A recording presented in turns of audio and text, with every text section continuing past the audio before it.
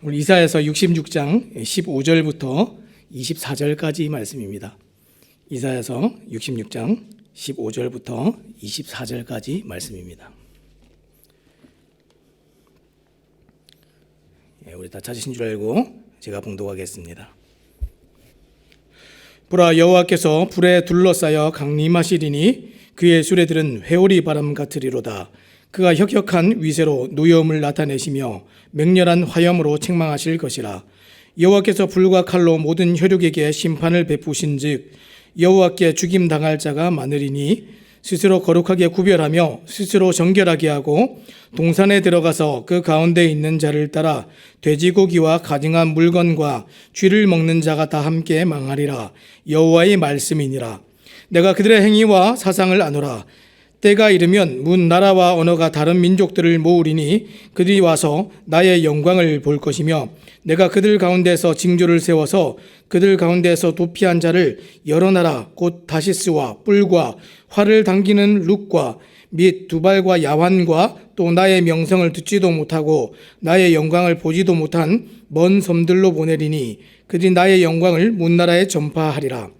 나 여호와가 말하노라. 이스라엘 자손이 예물을 깨끗한 그릇에 담아 여호와의 집에 드림같이 그들이 너희 모든 형제를 문 나라에서 나의 성산 예루살렘으로 말과 수레와 교자와 노새와 낙타에 태워다가 여호와께 예물로 드릴 것이요 나는 그 가운데에서 택하여 제사장과 레위인을 삼으리라. 여호와의 말이니라.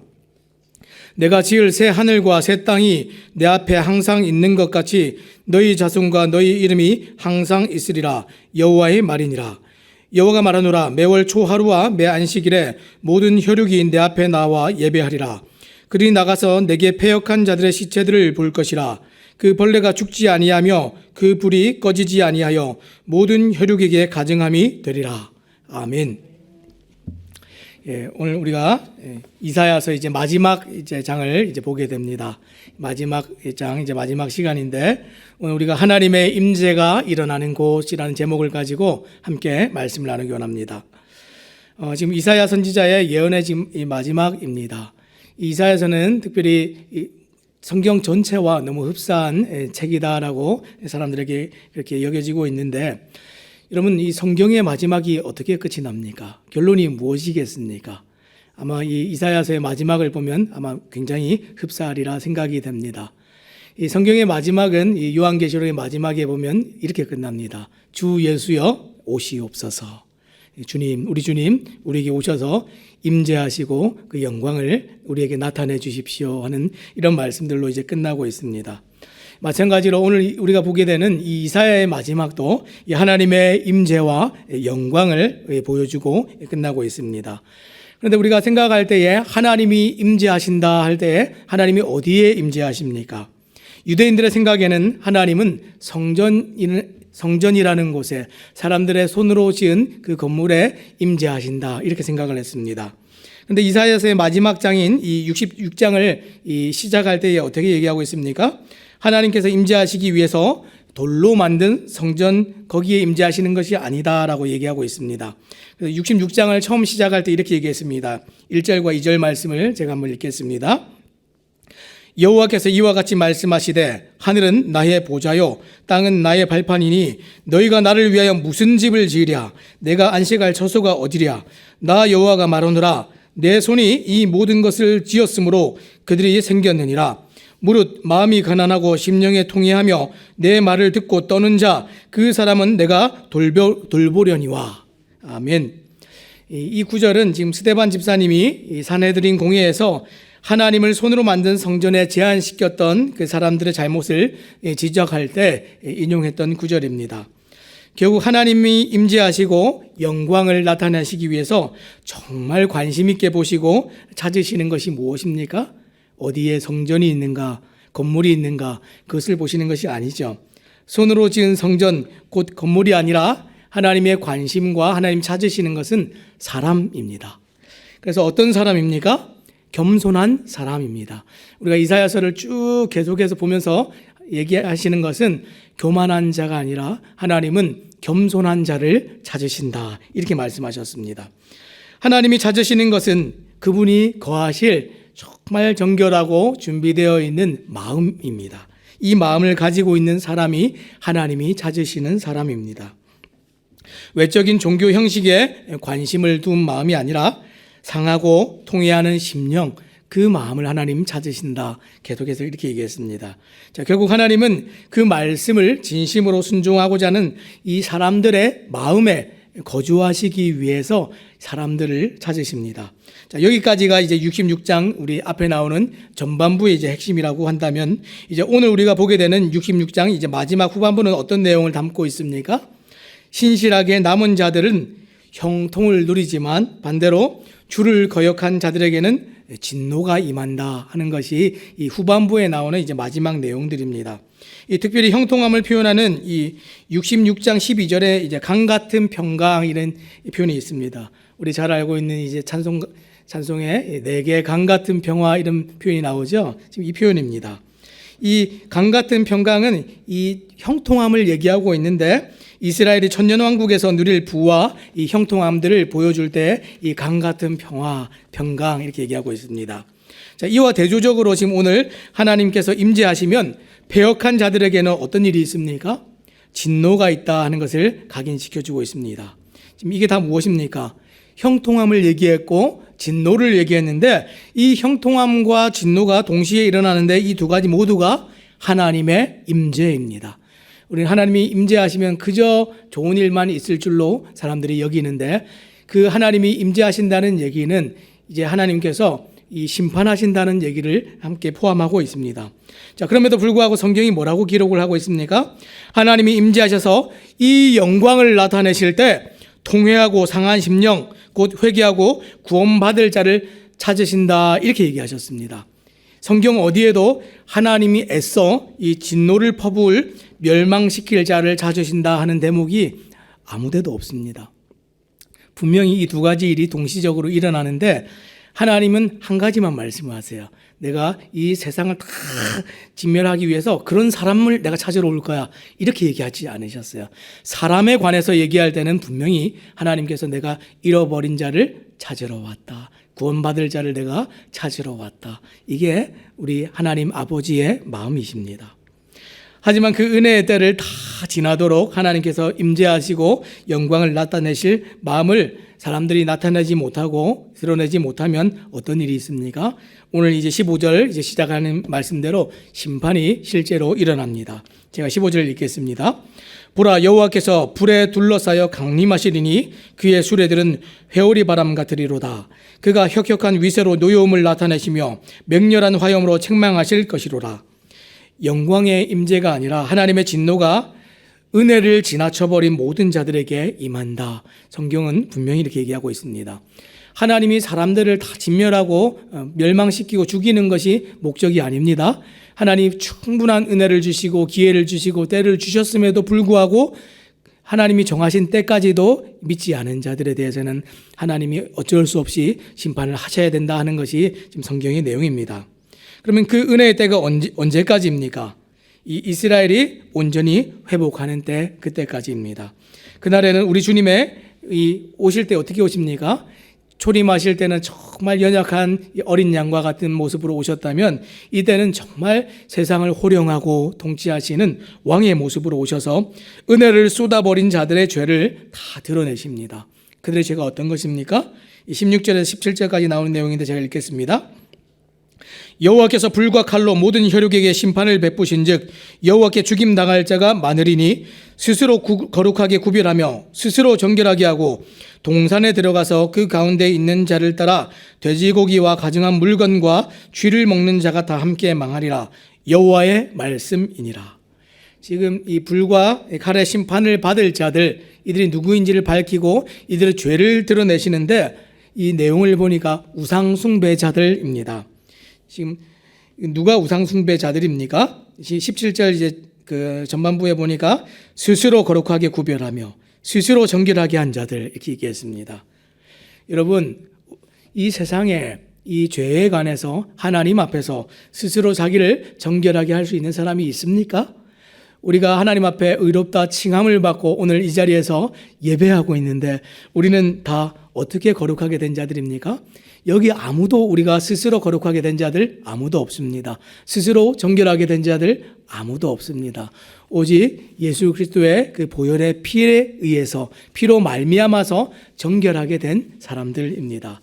그런데 스스로 거룩하게 하고 정결하게 할 수 있다는 자들의 행위가 어떻습니까? 하나님을 그 은혜를 다 버린 자들입니다. 그 내용을 보니까 이렇습니다. 이 동산에 지금 따라간다 그랬습니다. 지금 동산에 들어가서 이렇게 얘기했는데 그 당시에 동산이란 곳은 이 이방의 제사가 드려지는 장소가 동산입니다. 그래서 이 신전에서 이 여사제의 뒤를 따라서 동산에 들어가려고 이 사람들이 목욕 재개하는 모습을 스스로 정결하게 한다 하는 이런 모습으로 얘기를 하고 있습니다.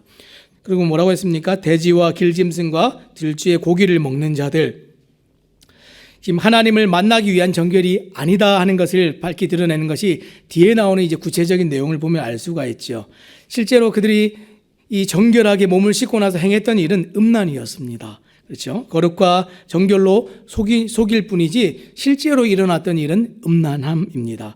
그리고 그들 더 잘 볼 수 있는 게 지금 율법을 어기는 장면들이 나오죠. 식용이 금지된 레위기의 정결례를 통해서 도리어 그들이 부정을 저지르고 있다 하는 것을 다 드러내고 있습니다. 이스라엘은 하나님께 우상에 가증한 것들을 파괴하라 하는 그런 명령을 받은 민족입니다. 출애굽할 때에 그들이 가나안 땅에 들어갈 때 하나님 뭐라고 하셨습니까? 이 우상에 가증한 것들, 하나님 섬기지 않도록 방해하는 것들은 다 진멸하라 하는 것이 하나님의 명령이었음에도 불구하고 그들이 그렇게 하지 않았을 때에 도리어 그들이 이 부정함과 음란 안에 빠지게 되는 이 이스라엘의 역사를 우리가 잘 알고 있습니다. 근데 그 우상에 빠지면서 하나님 저희가 죄를 지었습니다 이러면서 돌아와야 될 터인데 그들이 뭐라고 얘기합니까? 그들이 스스로 자기들은 정결해졌다라고 여겼다는 겁니다. 하나님을 의지하지 않고 살아가는 세상, 스스로 자기를 정결하게 할 수 있다고 여기는 것, 이게 세상입니다. 그래서 세상을 어떻게 합니까? 열심히 정결하기 위해서 노력하죠. 선행을 하고 착한 일을 하고 덕을 쌓고 사람들에게 뭔가 이 이로움을 끼치면 자기는 그 죄를 씻고 조금이라도 깨끗해졌다라고 여기게 되지만 이 죄를 심판하신 분은 하나님이십니다. 하나님의 기준에 단 한 토록도 미치지 못하는 것이 이 세상의 방법들입니다. 이 세상의 방법으로 살았던 사람들 결국에는 마침내 어떻게 된다 하셨습니까? 그 왕이 이 땅에 임재하시면 그들에게는 영광이 주어지는 것이 아니라 반드시 심판이 주어진다 이렇게 말씀하십니다. 자, 사람들은 하나님의 눈을 속이고 피할 수 있다라고 여겼지만 그렇게 할 수가 없죠. 그것을 다 아시기 때문에 심판이 있는 것입니다. 18절 말씀에 하나님 뭐라고 하십니까? 내가 그들의 행위와 사상을 아노라. 때가 이르면 문 나라와 언어가 다른 민족들을 모으리니 그들이 와서 나의 영광을 볼 것이며, 하나님이 그들의 행위와 그들의 모든 사상을 아신다 그렇게 말씀하셨습니다. 우리는 하나님은 숨어 계시고 당장 내 눈앞에서 나타나지 않으시니까 모를 것이야 이렇게 생각하지만 하나님은 모르셔서 못 보시는 것이 아무것도 없습니다. 그들의 행위를 아시고 그 행위를 보신 대로 하나님께서 심판하십니다. 그래서 요한계시록 마지막에 뭐라고 얘기합니까? 행위대로 갚아주시겠다. 주님 그렇게 말씀하셨습니다. 그래서 어떤 나라들은 영광을 받는데 어떤 사람들은 그렇게 심판을 받게 되는 것이죠. 이 우상숭배자들의 기만하는 행위와 속임에도 불구하고 하나님은 신실하게 믿음을 지키며 살았던 사람들은 다 찾아내십니다. 이들의 죄를 발견하실 뿐 아니라 이들의 죄를 발견하시는 것처럼 지금은 아무도 알아주지 않고 예배함으로 인해서 정말 사람들에게 구박받고 면박받는 그 사람들의 삶을 하나님 기억하시고 신실하게 그날까지 이 믿음을 지켰던 자들을 눈에 보이지 않았는데 요소요소에서 그 사람들을 찾아내서 영광을 보게 하시는 일이 반드시 있다. 이게 성경의 말씀입니다. 자, 그러면 이 나라는 어떤 나라들입니까? 지금 나라들이 와서 영광을 볼 것이다 그랬는데 19절 말씀해 보니까 내가 그들 가운데서 징조를 세워서 그들 가운데서 도피한 자를 여러 나라 곧 다시스와 뿔과 활을 당기는 룩과 및 두발과 야환과 또 나의 명성을 듣지도 못하고 나의 영광을 보지도 못한 먼 섬들로 보내리니 그들이 나의 영광을 문 나라에 전파하리라. 하나님께 나오게 되는 여러 나라들은 지금 하나님의 말씀을 두려워하며 떨고 지금 순종하는 사람들인데, 이 19절에 등장하는 이 사람들 어떻게 지금 믿게 되었습니까? 이 나라들이 지금 어느 지역에 위치한 또 나라들입니까? 먼저 이들이 지금 이 어떤 지역인지 먼저 살펴보면, 이 19절에 등장하는 지명은 당대에 예루살렘에서 가장 멀리 떨어져 있던 지역입니다. 그래서 그 당시에는 이제 여기가 진짜 땅 끝이다라고 여겨질 정도로 그 주변에 이제 문명권이 없이 거기가 이제 끝입니다. 그래서 하나님의 영광을 듣게 될 이방인들의 대표로서 지금 그 다시스, 그 뿔, 룻, 두발, 야완 이런 나라들이 지금 언급이 되고 있는데, 이 다시스는 이 요나가 이제 도망간 곳으로 우리 잘 알고 있죠. 이 오늘날의 이제 스페인입니다. 그 당대의 문명권에서 땅끝이라고 여겨지는 가장 먼 곳이었습니다. 뿔은 어떤 곳이냐면 이 아프리카 동북부의 이 지명인데, 이 애국과 에티오피아의 이제 국경지대로 생각이 됩니다. 또 룻은 소아시아의 리디아 지방이고, 두발은 흑해 남부 지역에 위치한 티발레니안스이고, 야완은 성경의 야완 후손들인 이오니안인들이 살았던 그 지역입니다. 그 이상 그 너머에 다른 나라가 없고 여기까지가 끝이라고 여겨지는 가장 끝, 거기에 있는 사람들이 어떻게 됩니까? 하나님에 관한 명성도 들어보지 못하고 하나님의 영광을 보지도 못하고 볼 수도 없었던 사람들인데 어떻게 됩니까? 그들에게 영광이 임재하고 임하고 그게 보게 되었다. 어떻게 보게 되었습니까? 지금 이 19절 초반에 보니까 도피한 자들이라는 사람들이 납니다. 도피한 자를 여러 나라에 보내시고 그들이 하나님의 영광을 전파한다, 이렇게 얘기했습니다. 지금 도피한 자들로 말미암아서 이 믿음과 신앙의 박해를 가운데 흩어져 있는 이 사람들을 통해서 그들이 믿게 되어진다, 이렇게 얘기했습니다. 이 도피한 자들은 누굽니까? 이 이스라엘의 신실하게 남은 자들입니다. 이들은 하나님이 임재하실 그때에 하나님의 심판을 피한 자들입니다. 그 당대에 주님 오시면 이제 심판이 있다 했는데, 이들은 정말 영광을 기대하면서 살았던 그 가운데 마침내 하나님께서 그들에게는 영광을 주시고 이 심판은 면하게 해주셨던 이 이스라엘 땅에 남아 있었던 남은 자들입니다. 그리고 이들이 그저 자기들의 신앙만 지키는 것이 아니라 여러 곳에 흩어져 여러 이방인들을 주님께로 돌아오게 하는 그 혁혁한 일들을 하게 될 것이다. 성경이 그렇게 얘기했습니다. 그리고 이렇게 하나님의 영광에 대한 소문을 들은 이방인들이 여호와께 드릴 예물을 갖고 오면서 이 이스라엘의 남은 자들을 다시 예루살렘으로 데리고 옵니다. 모시고 막 이렇게 돌아옵니다. 그러고 나서 이제 20절 말씀이 뭐라고 합니까?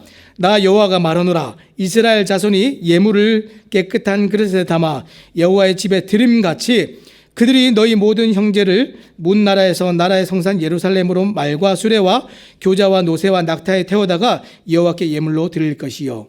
그리고 그렇게 영광을 전하고 영광을 사모하여 돌아온 자들이 어떤 일이 있습니까? 지금 이방인들도 여호와의 영광을 보고 돌아오게 될 그날이 있고, 또 이 일을 이룬 이스라엘의 남은 자들이 돌아와서 어떤 일이 있습니까? 21절에 나는 그 가운데서 택하여 제사장과 레위인을 삼으리라, 여호와의 말이니라. 지금 돌아온 남은 자들 가운데 지금 일부는 지금 천년왕국 시대의 성전에서 섬기며 희생 제사를 드리는 특별한 역할을 하게 될 것이다, 이렇게 얘기했습니다. 지금 이 다 이렇게 돌아오고 하나님의 영광을 보고 이방인들도 다 하나님을 찬양하고 예배하는 일들이 이 천년왕국 때 있을 텐데 뭐라고 얘기했습니까? 희생 제사가 있고 제사장들을 세우고 이런 일들이 있다 그랬습니다. 여러분, 온전한 제사, 완전한 제사는 누가 다 이루셨습니까? 예수님께서 다 이루셨죠. 그러면 다시는 이 희생 제사가 없을 것 같은데, 너무 놀랍게도 이 에스겔서 말씀을 보면 이 천년왕국 시대 때 사라진 절기도 있고 여전히 남아있는 절기가 있는데 그 절기들 중에 하나가 유월절입니다. 그래서 에스겔서 45장 21절 말씀에 보면 첫째 달 열나흘 날에는 유월절을 7일 동안 명절로 지키며 누룩 없는 떡을 먹을 것이라. 천년왕국 시대 때 이 모든 것을 다 알고 주님께서 행하신 그 놀라운 일들을 우리가 다 이해하면서도 왜 유월절 이 제사를 지킵니까? 이것은 이 온전한 이 대속을 이루신 이 주님을 기념하면서 기쁨으로 드리는 예배로서의 제사입니다. 그리고 하나님을 섬기는 이 일에 관한 대표성을 이스라엘이 계속 감당하게 되는데 22절 말씀 제가 읽겠습니다. 내가 지을 새하늘과 새 땅이 내 앞에 항상 있는 것 같이 너희 자손과 너희 이름이 항상 있으리라, 여호와의 말이니라. 지금 이 이사야서의 이제 후반부에 나오는 말씀들은 지금 다 이 이방인들 또 우리 같은 사람들에게 주신 말씀이 아니라 이스라엘 사람들에게 주신 말씀입니다. 근데 뭐라고 얘기했습니까? 그 너희의 이름, 너희가 항상 내 앞에 있을 것이다, 이렇게 얘기를 했습니다. 이스라엘은 천년왕국 시대에도 그 명맥을 계속해서 유지하고 그리고 새 하늘과 새 땅에서도 영원토록 이제 존재하는 이름이고 실제적인 민족입니다. 어떤 분들은 이것을 영적 이스라엘 이렇게 얘기하기도 하는데 절대로 그런 것이 아니죠. 하나님께서 그들의 대표성을 가지고 그들을 사용하셨던 그 일들을 하나님께서 그 영광을 전하고 드러내는 일로서 이 민족을 계속해서 그렇게 나타내실 것이다, 이렇게 얘기를 했습니다. 그리고 그 메시아가 이 땅을 통치하는 그때에 또 어떤 일이 있습니까? 이 이스라엘을 통해서 하나님께서 영광 받으시도록 일하도록 하는 그 일이 계속해서 이어집니다. 자, 23절입니다. 여호와가 말하노라, 매월 초하루와 매 안식일에 모든 혈육이 내 앞에서 나와 예배하리라. 뭐라고 했습니까? 예배한다 그랬습니다. 이 천년왕국 시대 때 일어날 일인데 지금 이스라엘 민족을 필두로 온 나라와 민족이 이전에는 이 하나님의 명성을 들어보지 못했던 사람들이 이제는 압니다. 이제는 알고 이제는 하나님의 영광을 보고 모두가 함께 나와서 이 제사장의 역할을 감당하고 있는 이 예배자인 이스라엘과 함께 예배하게 되는 일이 있다 그랬습니다. 그런데 모든 인간이 이 땅에서 그 예배를 드리는데 어떻게 했습니까? 그 메시아의 그 왕국에서 정해진 시간에 주를 예배한다 그랬습니다. 어떻게 했습니까? 매월 초하루와 매 안식일에 모든 혈육이 내 앞에서 예배할 것이다 그랬습니다. 사랑하는 여러분, 참 예배에 대한 의미들을 깊이 생각할 수밖에 없는 시절을 우리가 살아가고 있는데 많은 사람들이 우리의 삶이 예배가 되기를 원합니다. 이 믿음의 고백들을 할 때가 있습니다. 의미는 참 좋은 의미인데 그 의미가 전부가 아니죠. 실제로 삶에서 구별하는 예배들이 일어나지 않으면 삶에서 그런 의미를 들여서 살아가는 일들이 불가능합니다. 지금 이 천년왕국 시대 때도 어떤 일이 있습니까? 시간과 장소를 구별하여서 드려지는 예배가 존재합니다. 그저 하나님이 통치하시고 다스리시는 그 시대가 되면 그저 그 삶이 일상이 다 예배 아니겠습니까? 임재하셨는데 우리가 늘 이제 함께 하시는데 그런데도 불구하고 그들이 어떻게 합니까? 시간과 장소를 구별하여서 자신들이 하나님 앞에 이 영광스러움들을 드러내고 나타내는 일들이 예배로서 드려진다 하는 것은 사실은 이것이 진짜 큰 의미가 있습니다. 오늘 우리가 예배하기 어려운 이 시절 가운데 가정에서 예배하는 것들 가능하잖아요, 이렇게 얘기하지만 정말 이 시간과 장소를 구별해서 마음을 들여서 하는 일들이 참 쉽지가 않습니다. 우리가 이제 10% 좀 이제 완화가 되면서 현장에 이제 나오시게 되는 분들이 이제 계시는데 다들 똑같이 얘기하세요. 집에서 드릴 때는 이런 예배의 감격과 기쁨을 누릴 수가 없었다는 겁니다. 우리가 정말 이 예배하기를 사모하고 예배할 수 있는 기회를 정말 얻기를 우리가 정말 간절히 원하는 마음들이 있어야 될 줄로 믿습니다. 자, 그리고 또 뭐라고 얘기합니까? 그러나 반역한 자들은 영원히 고통당하는 시체가 될 것이다, 이렇게 얘기했습니다. 영광만 있는 것이 아니죠. 임재가 있을 때 분명히 심판이 있는데 24절에 그들이 나가서 내게 패역한 자들의 시체를 볼 것이라. 그 벌레가 죽지 아니하며 그 불이 꺼지지 아니하여 모든 혈육에게 가증함이 되리라. 이 영원히 고통당하는 시체는 하나님을 반역한 결과가 얼마나 처참하고 끔찍한지 생생하게 다 보여주고 있습니다. 예수님께서는 이 구절을 말씀하시면서 그 흰놈의 골짜기를 말씀하셨습니다. 영원히 멸망당하는, 영원히 버림당하는 그 일이 있다라고 말씀하셨습니다. 이곳에서는 쉬지 않고 타는 불이 있고 주를 거부한 자들이 끝나지 않는 고통을 당하게 될 것이다 그랬습니다. 하나님의 속성이 영원하시기 때문에 그분이 임재하시면 영광을 받는 자들은 영원한 영광 가운데 들어가지만 이 심판을 당하는 자들은 영원히 끝나지 않는 고통이 그들에게 심판의 결과로 주어지게 됩니다. 오늘 우리가 하나님의 임재가 일어나는 곳에 관한 말씀들을 또 생각하고 들었습니다. 우리가 믿는 자들에게 또 이 땅에 살아가는 동안에 또 지금은 우리가 영원히 완전하게 누리지는 것은 아니지만 우리가 잠시 잠깐 순간순간 이 말씀을 깊이 대하고 주님을 만나는 그 예배 가운데 정말 이 영광스러움들을 맛보지만 영원히 일어나는 일이 있다. 성경이 우리에게 가르쳐 줍니다. 어떻게 그 일이 일어납니까? 마음이 준비되고 하나님의 말씀에 동의가 되고 그 은혜를 우리가 믿음으로 붙든 자들에게는 반드시 하나님의 임재가 있어서 영광이 있겠지만 이것을 다 버린 자들에게는 반드시 심판이 있다 하는 것, 이것이 성경이 궁극적으로 하고 싶은 이야기입니다. 오늘 이사야서가 이제 마무리가 되는데 이 땅은 다 스스로 정결하기 위해서 스스로 살아가는 사람들입니다. 그런데 성경은 스스로 정결할 방법이 있으면 그렇게 하라 하겠는데 그 방법이 그들에게 효력이 없기 때문에 이 그리스도의 피에 적시라 계속해서 이렇게 얘기하고 있습니다. 오늘도 해서 이 하나님께서는 멸망시킬 자를 찾으시는 것이 아니라 하나님께서 이 임재하셔서 정말 애통하고 상한 심령 가운데 정말 임재해서 영광을 드러내실 그 사람들을 오늘도 찾고 계십니다. 장차 이스라엘이 그 영광을 전하는 일을 감당할 것처럼 또 오늘 하나님의 임재를 경험하는 우리도 또 신실하게 그 일을 감당하고 오늘 하루 우리 정말 하나님의 영광과 그 임재를 맛보는 만큼 그것을 알지 못하는 또 사람들에게 또 이것을 전하면서 살아가시는 우리 모든 성도님들 되시기를 우리 주님의 이름으로 부탁드립니다. 기도하겠습니다.